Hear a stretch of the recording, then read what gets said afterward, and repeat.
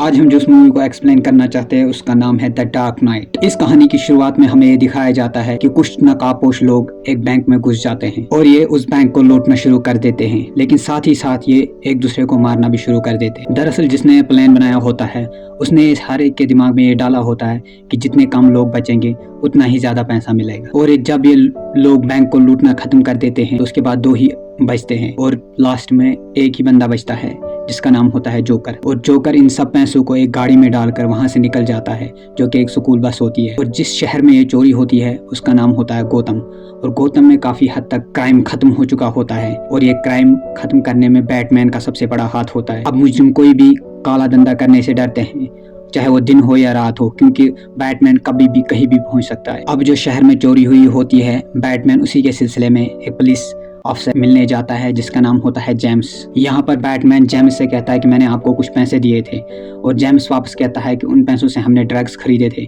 और हमारे पैसे जिस जिस बैंक में जमा हैं उस बैंक में अंडरवर्ल्ड के पैसे भी हैं। और मैंने पता लगा लिया है कि कौन कौन से बैंक में वो पैसे हैं और हम इन बैंकों पे एक साथ छापा मारेंगे। इन ही बैंकों में अंडरवर्ल्ड के पैसे भी हैं। दरअसल जोकर ने जिस बैंक से पैसे चुराए थे अंडरवर्ल्ड के पैसे ही थे। दरअसल जेम्स पुलिस का एक बहुत बड़ा अधिकारी होता है और वो चाहता है कि हम अंडरवर्ल्ड के सारे पैसे जब्त कर ले। इसके बाद जेम्स एक वकील से मिलने जाता है जिसका नाम होता है हार्वी डेंट, और वो एक बहुत बड़ा वकील होता है जिसने गौतम शहर के सारे क्रिमिनलों को जेल में डाला हुआ होता है। यहाँ पे जेम्स हार्वी डेंट से कहता है कि हमें उन 5 बैंकों के खिलाफ वारंट चाहिए जिनके पास अंडरवर्ल्ड का काला धन पड़ा हुआ है और हम उनको रंगे हाथों पकड़ना चाहते हैं। यहाँ पे हार्वी डेंट जेम्स का साथ देने के लिए तैयार हो जाता है। हार्वी डेंट भी बैटमैन का एक बहुत बड़ा एडमायरर होता है क्योंकि उसको पता होता है कि गौतम शहर में जो क्राइम कंट्रोल हुआ है उसमें बैटमैन का बहुत बड़ा हाथ है। लेकिन यहाँ पे किसी को पता नहीं होता है कि बैटमैन है कौन। गौतम शहर में एक बहुत बड़ा बिजनेसमैन होता है जिसका नाम होता है ब्रूस,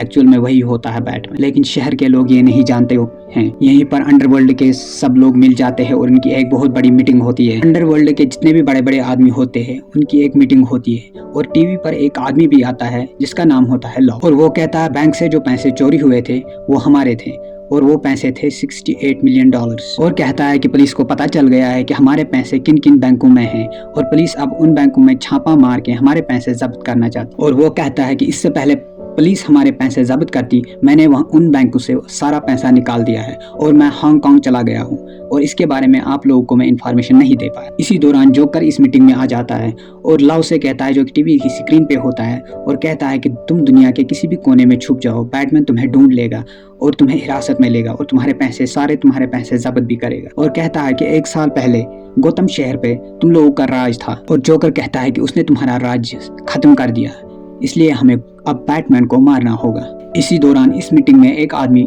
जोकर से कहता है, अगर ये काम इतना ही आसान है तो तुम बैटमैन को क्यों नहीं मारते। जवाब में जोकर कहता है कि जिस काम में तुम माहिर हो उसे कभी भी मुफ्त में नहीं करना चाहिए। इसी दौरान वहाँ पे एक आदमी जोकर से कहता है कि तुम्हें बैटमैन को मारने के लिए कितना पैसा चाहिए, और जोकर को कहता है कि जितना भी पैसा तुम्हारे पास है उसमें से मुझे आधा पैसा चाहिए। इसी दौरान वहाँ पे एक गैंगस्टर गुस्सा हो जाता है और गुस्से में खड़ा उठता है और कहता है कि तुम हमारे पैसे चुराओगे और हम चुप रहेंगे। दरअसल इनको पता चल चुका था कि जोकर ने जो बैंक से पैसे चुराए हैं वो हमारे ही है। और यहाँ पे ये गैंगस्टर कहता है कि जो भी जोकर को मारेगा मैं उसको $5 मिलियन इनाम में दूंगा। इसी दौरान वहाँ पे एक गैंगस्टर जोकर को गन दिखाता है, लेकिन जोकर अपना कोट खोलता है जिसपे बहुत सारे बम लगे हुए होते हैं और जोकर टेबल पे अब कार्ड रखकर वहां से निकल जाता है और उनको कहता है कि अगर तुम्हें मेरा ऑफर सही लगे तो मेरे कार्ड पे कांटेक्ट करना। इसके बाद हमें दिखाया जाता है जेम्स, हार्वी डेंट और बैटमैन एक जगह पे हैं और वहाँ पे मीटिंग करते हैं। और यहाँ पे जेम्स इनको ये कहता है कि गैंगस्टर ने सारे पैसे अपने सारे पैसे बैंकों से निकाल दिए हैं और बैंकों में खाली हमारे पैसे पड़े हुए हैं।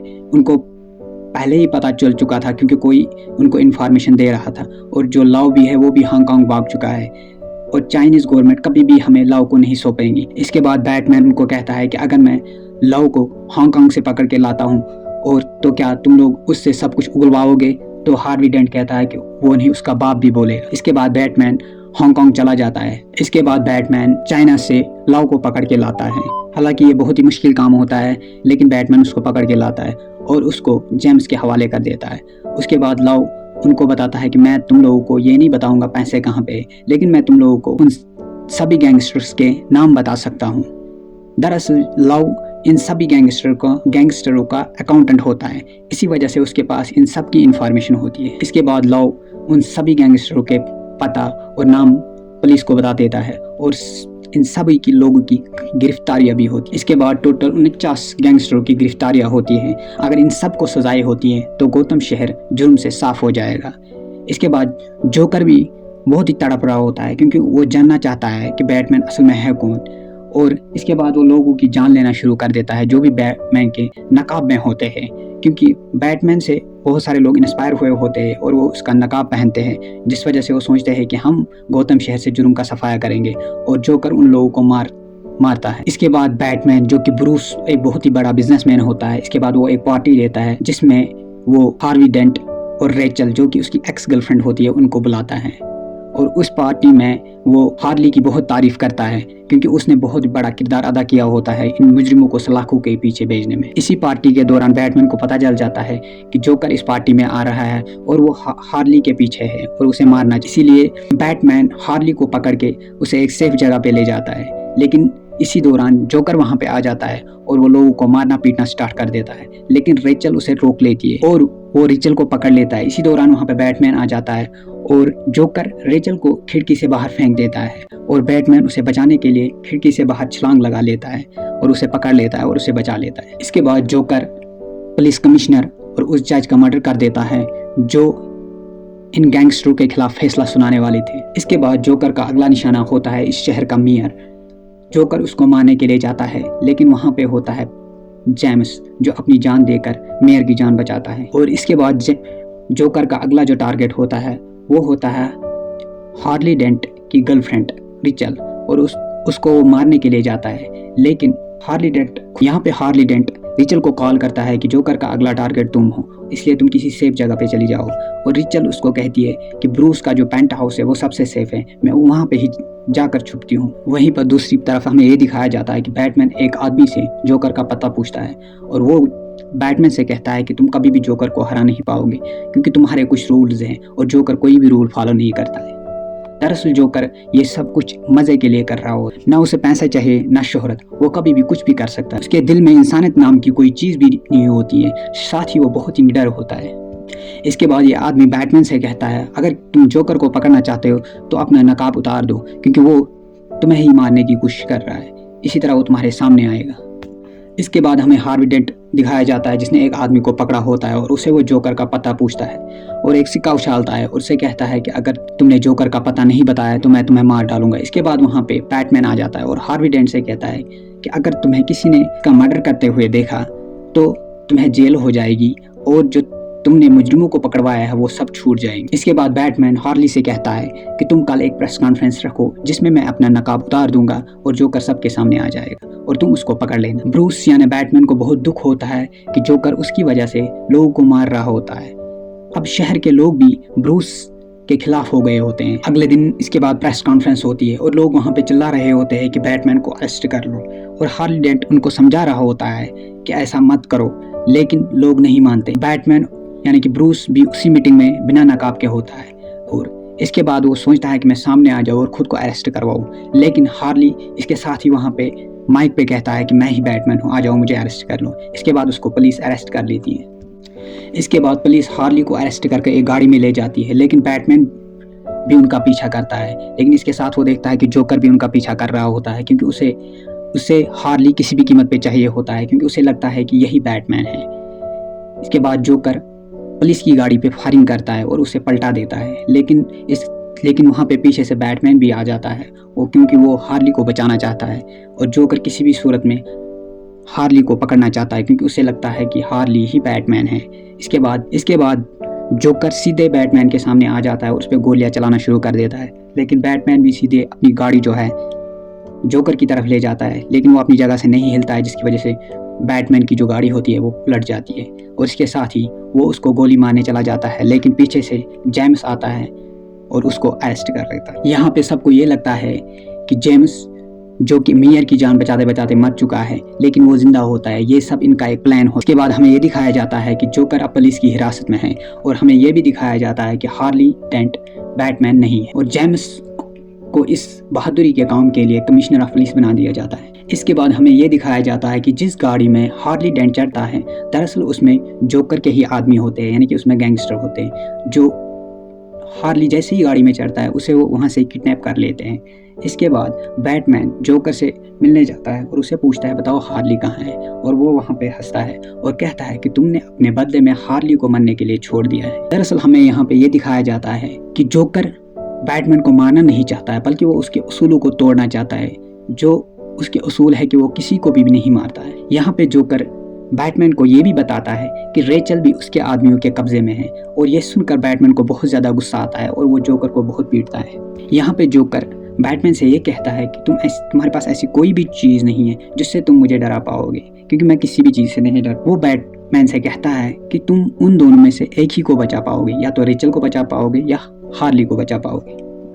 इसके बाद हमें ये दिखाया जाता है कि बैटमैन रेचल को बचाने के लिए निकलता है और कमिश्नर ऑफ पुलिस जो कि जेम्स होता है वो हार्ली को बचाने के लिए निकलता है। लेकिन यहाँ पे जोकर ने इनको पता जो है गलत दिया होता है, जिसकी वजह से बैटमैन जो है वो हार्ली के पास पहुंच जाता है और रेचल के पास जेम्स पहुंच जाता है। लेकिन जेम्स के पहुंचने से पहले ही वहाँ पे ब्लास्ट हो जाता है और रेचल मर जाती है, और बैटमैन जो है वो हार्ली को बचाने में कामयाब हो जाता है, लेकिन उसका चेहरा आधा जल जाता है। दरअसल जोकर यहाँ पर बैटमैन के दिमाग से खेल रहा होता है, क्योंकि उसे पता होता है कि बैटमैन रेचल से प्यार करता है, इसलिए वो उसको गलत पता देता है। और इसी के साथ दो ब्लास्ट होते हैं, एक में रेचल मर जाती है और दूसरे में हार्ली का आधा चेहरा जल जाता है। हालांकि वो बैटमैन उसे बचा लेता है। इसी के बाद दूसरे सीन में हमें ये दिखाया जाता है कि जोकर जो पुलिस की कस्टडी में था वो वहाँ से भाग गया है। लेकिन जोकर अकेले नहीं जेल से भागता है, वो अपने साथ लव को भी भगा ले जाता है। दरअसल ये सारा प्लान जोकर का होता है और वो लव को वहाँ से भगा ले जाता है, और उसके पास अंडरवर्ल्ड के सारे पैसे आ जाते हैं और वो पैसों को एक जगह इकट्ठा करके उनमें आग लगा देता है, और साथ में वो लव को भी जिंदा जला देता है जिसे वो जेल से लाया था। और दूसरी तरफ हमें ये दिखाया जाता है कि ब्रूस की कंपनी में एक आदमी होता है, एम्प्लॉय होता है, जिसका नाम होता है कोलमैन, और उसे ब्रूस की एक्टिविटी से पता चल गया होता है कि यही बैटमैन है। वो ब्रूस को अब एक्सपोज करना चाहता है, लेकिन यहाँ पे जोकर अब ये नहीं चाहता है कि किसी को पता चले कि ब्रूस ही बैटमैन है। इसलिए वो कहता है कि अगले 12 घंटे में अगर किसी ने कोलमैन को नहीं मारा तो मैं एक हॉस्पिटल में धमाके करना शुरू कर दूंगा। और यहाँ पे कोलमैन जो है वो रुक जाता है और किसी को भी ब्रूस की आइडेंटिटी नहीं बताता है।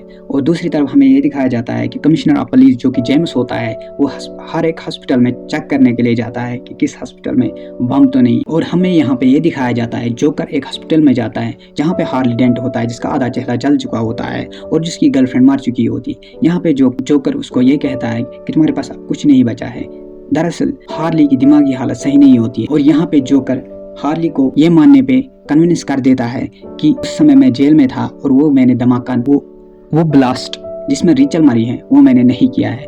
और हार्ली यहाँ पे कन्विंस हो जाता है कि जोकर सही कह रहा है, क्योंकि उसकी दिमागी हालत सही नहीं होती, और वो उसके हाथ में बंदूक थमा देता है और कहता है कि अगर तुम्हें लगता है कि मैंने रेचल को मारा है तो मुझे गोली से शूट कर दो। और यहाँ पे हमें ये दिखाया जाता है जैसे ही जोकर इस हॉस्पिटल से बाहर निकलता है वो इस हॉस्पिटल को बम से उड़ा देता है, लेकिन यहाँ किसी भी पेशेंट की जान नहीं जाती है, क्योंकि पुलिस कमिश्नर ने पहले ही सारे हॉस्पिटल्स को क्लियर करवा दिया था। इसके बाद हमें ये दिखाया जाता है कि हॉस्पिटल की एक बस भी गायब है जिसमें कई पैसेंजर होते हैं, और हार्ली भी हॉस्पिटल से गायब है। और यहाँ पे टीवी पे एक टेप चलाई जाती है जिसे न्यूज़ वालों को दिया गया होता है, और उसमें एक आदमी कहता है कि तुम लोगों ने उसको नहीं मारा जिसे मैंने मारने को तुम लोगों को कहा था। और वो कहता है शाम होते ही ये सारा शहर मेरा हो जाएगा और जो मेरी मर्जी में आएगा मैं वो करूंगा।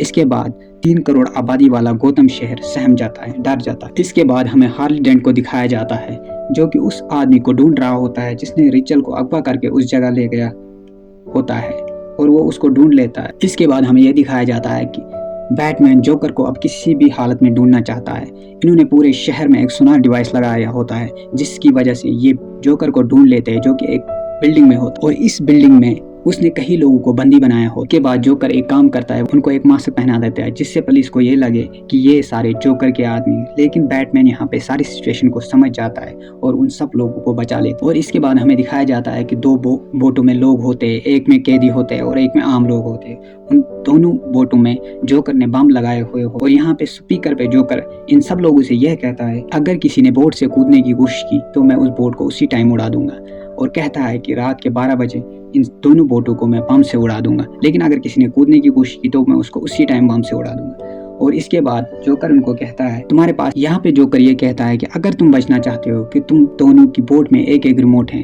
और ये रिमोट एक दूसरे की बोट को ब्लास्ट करने का है और तुम दोनों में से जो भी दूसरी बोट को ब्लास्ट कर देगा उस वाले बोट को मैं छोड़ दूंगा। यहाँ पे अब बहुत सारी दुविधा होती है, लोग अब परेशान होते हैं। आधे लोग इस फेवर में होते हैं कि हमें दूसरी बोट को ब्लास्ट करना चाहिए, दूसरी बोट को ब्लास्ट कर देना चाहिए, लेकिन आधे लोग इसके खिलाफ होते हैं। दरअसल जोकर यहाँ पे ये चाहता है कि वो लोगों के दिलों से इंसानियत को खत्म करना चाहता है। इसके बाद हमें दिखाया जाता है कि बैटमैन और जोकर के बीच में एक बिल्डिंग में बहुत ज़्यादा लड़ाई होती है, जिसमें जोकर धोखे से बैटमैन को पकड़ लेता है और उसे कहता है कि अब रात के 12 बजे देखोगे तुम धमाके होगे, लेकिन बैटमैन कहता है कि ऐसा कुछ भी नहीं होगा। इसके बाद जोकर देखता है कि जो बोट, दोनों बोटों में उसने रिमोट रखे थे, वो उसमें से कोई भी बोट वाला दूसरे बोट को ब्लास्ट नहीं करता है क्योंकि उनमें अभी इंसानियत बची हुई थी। इससे जोकर को बहुत दुख होता है, लेकिन इसके बाद जोकर अपनी जेब से एक रिमोट निकालता है क्योंकि उसके पास भी एक रिमोट होता है। लेकिन जैसे ही जोकर रिमोट के बटन को दबाना चाहता था, बैटमैन उसे पकड़कर नीचे, बिल्डिंग से नीचे फेंक देता है। लेकिन जोकर उस टाइम भी हंस रहा होता है क्योंकि उसे पता है कि बैटमैन ने अपने ही उसूल को तोड़ दिया है, किसी की जान ले। इसके बाद बैटमैन जोकर की तरफ एक रस्सी फेंक देता है और उससे पकड़ लेता है क्योंकि बैटमैन उसे मारना नहीं चाहता था। और जोकर उसे कहता है कि तुम अपने खोखले उसूलों की वजह से मुझे नहीं मारना चाहते हो और मैं भी तुम्हें मारना नहीं चाहता हूँ क्योंकि तुम्हारे बगैर मेरा कोई अस्तित्व नहीं है। इसके बाद बैटमैन जोकर से कहता है कि अब तुम अब के बाद की जिंदगी पागल खाने में गुजारोगे और जोकर उससे कहता है कि अभी तुम्हें बहुत कुछ देखना बाकी। और जोकर उसे हार्ली डेंट के बारे में बताता है। दरअसल ये पूरा शहर हार्ली डेंट को एक हीरो के तौर पर देख। इसके बाद जोकर ब्रूस से कहता है कि जो काम हार्ली ने अब तक किए हैं और जब वो काम लोगों के सामने आ जाएंगे तो उनकी सारी की सारी आशाएं टूट जाएगी। और जोकर बैटमैन से यहाँ पे यह कहता है कि हमेशा अपने पास एक हुक्म का इक्का रखना चाहिए और मेरे हुक्म का इक्का है हार्ली डेंट, जिसे मैंने एक मुजरिम बना दिया। इसके बाद हमें यह दिखाया जाता है कि बैटमैन वहां से चला जाता है और जोकर को पुलिस अपनी कस्टडी में ले लेती है। इसके बाद हमें दिखाया जाता है हार्ली डेंट उसी बिल्डिंग में होता है जहां पर रिचल की मौत हुई होती है। यहाँ पे हमें यह दिखाया जाता है कि हार्ली डेंट ने जेम्स गॉर्डन, जो कि कमिश्नर ऑफ पुलिस होता है, उसके परिवार को इसी बिल्डिंग में अगवा किया होता है। दरअसल जिन बंदों को जेम्स गॉर्डन ने, रिचल की मौत जो है उन ऑफिसर्स की वजह से हुई थी जिन्हें जेम्स गॉर्डन ने अपने डिपार्टमेंट में लिया था। और हार्ली ने कई बार जेम्स को मना किया होता है कि करप्ट ऑफिसर्स को अपने डिपार्टमेंट में मत लो, और जेम्स गॉर्डन ने हार्ली की एक भी नहीं सुनी थी। और इसीलिए हार्ली अब जेम्स गॉर्डन से उस इंसान को छीनना चाहता है जिसे वो सबसे ज्यादा प्यार करता है, और वो होता है उसका बेटा। इसके बाद हार्ली जेम्स के बेटे को अपने गन पॉइंट पे ले लेता है और इसी के साथ वहाँ पे बैटमैन आ जाता है और वो हार्ली से कहता है कि जोकर तो यही चाहता था कि एक सच्चा इंसान भी एक मुजरिम बन सकता है और इसलिए उसने तुम्हें चुना क्योंकि तुम हम सब में सबसे बेहतर थे। इसके बाद हार्ली जो है वो सिक्का उछालता है और सिक्का अगर, और वो इसके साथ हार्ली जो है वो सिक्का उछालता है और अगर जला हुआ साइड आएगा तो वो बैटमैन को गोली मार देगा और अगर साफ साइड आएगा तो वो उसको छोड़ देगा। लेकिन वहाँ पे सिक्के पे आता है जला हुआ साइड और उसके साथ ही वो बैटमैन को गोली मार देता है और उसके बाद वो दोबारा से सिक्का उछालता है और उसके बाद वो हार्ली के बेटे को गोली मार देना चाहता था, लेकिन बैटमैन उसको बचा लेता है और उसे वहां से धक्का देके नीचे घसीट लेता है। इसी के साथ हमें ये दिखाया जाता है कि जो हार्ली होता है वो बिल्डिंग से नीचे गिर जाता है और उसकी मौत होती है और जेम्स का बेटा यहाँ पे बच जाता है। इसके बाद जेम्स यहाँ पे ये कहता है कि जोकर जीत गया, वो तो यही चाहता था कि हमारी टीम टूट जाए, हार्ली हम सब में सबसे बेहतर था। इसके बाद जेम्स ये कहता है कि हार्ली ने 5 लोगों का कत्ल किया है जिसमें वो पुलिस वाले भी शामिल हैं जिन्होंने रिचल को यहाँ पे लाया था, इस बिल्डिंग में लाया था। लेकिन जब ये बात लोगों के सामने खुलेगी तो हार्ली को सभी लोग बुरा समझने लगेंगे। लेकिन बैटमैन यहाँ पे जेम्स से ये कहता है कि मैं ऐसा कभी भी होने नहीं दूंगा, मैं इन सभी 5 खूनों के इल्ज़ाम अपने सर पे लूंगा क्योंकि किसी ने मेरा चेहरा नहीं देखा है। हालांकि जेम्स गॉर्डन यहाँ पे ये नहीं चाहता है कि ऐसा हो, लेकिन उसे अंदर से ये पता होता है कि यही सही है ताकि लोगों का विश्वास नहीं टूटे, और वो ऐसा ही करता है और पूरा शहर जो है वो हार्ली डेंट को हीरो मानता है और बैटमैन को एक बुरा इंसान समझते हैं। और अंत में हमें ये दिखाया जाता है कि रिचल ने ब्रूस के नाम एक लेटर लिखी होती है जिसमें वो ये कहती है कि वो हार्ली से शादी करना चाहती है। हालांकि वो बैटमैन से बहुत प्यार करती थी, लेकिन क्योंकि रिचल बैटमैन को बैटमैन के रूप में नहीं अपना सकती थी और बैटमैन भी अपने इस रूप को छोड़ नहीं सकता था, और रिचल ने वो लेटर बैटमैन के आदमी अल्फ्रेड को दिया था और अल्फ्रेड उस लेटर को जला देता है और वो ये लेटर बैटमैन को नहीं देता है क्योंकि दुनिया में नहीं है, क्योंकि